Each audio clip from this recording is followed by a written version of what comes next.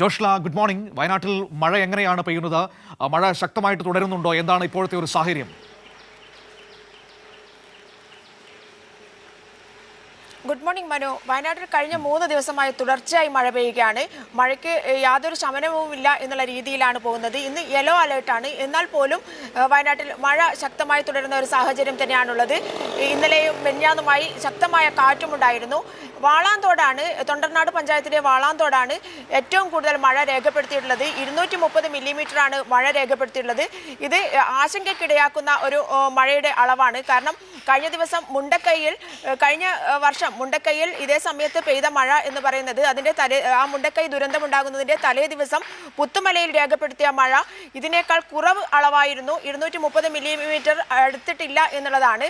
അതുകൊണ്ട് തന്നെ ആശങ്കയ്ക്ക് വകയുണ്ടാക്കുന്ന മഴയുടെ അളവാണ് ഇപ്പോൾ രേഖപ്പെടുത്തിയിട്ടുള്ളത് എന്നുള്ളതാണ്.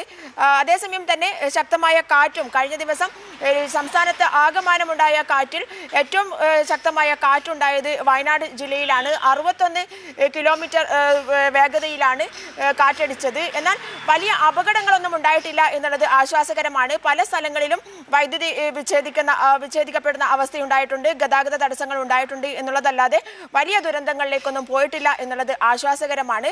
അതേസമയം ഇന്ന് യെല്ലോ അലേർട്ട് ആയതിനാൽ വിദ്യാഭ്യാസ സ്ഥാപനങ്ങൾക്ക് അവധി തൽക്കാലം പ്രഖ്യാപിച്ചിട്ടില്ല. എന്നാൽ ക്വാറികളുടെ പ്രവർത്തനം പൂർണ്ണമായും അടച്ചിടുന്ന രീതിയിലേക്ക് മാറിയിട്ടുണ്ട്. അതുപോലെ തന്നെ ടൂറിസം കേന്ദ്രങ്ങളെല്ലാം തന്നെ അടച്ചിടാനുള്ള നിർദ്ദേശങ്ങളുണ്ട്.